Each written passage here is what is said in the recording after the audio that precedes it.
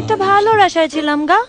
এই দেখো, আরে দেখো না গা, এই তোমার টাকা আমি নিয়ে নিচ্ছি না।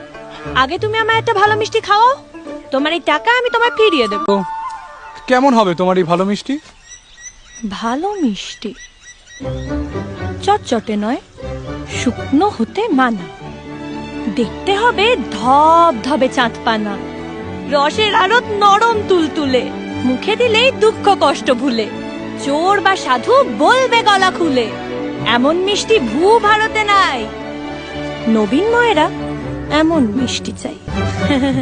তাহলে চটচটে নয়, তুলতুলে হতে হবে, ধবধবে সাদা। হ্যাঁ, রসের গোল্লা, যা ভূ ভারতে নাই। হবে?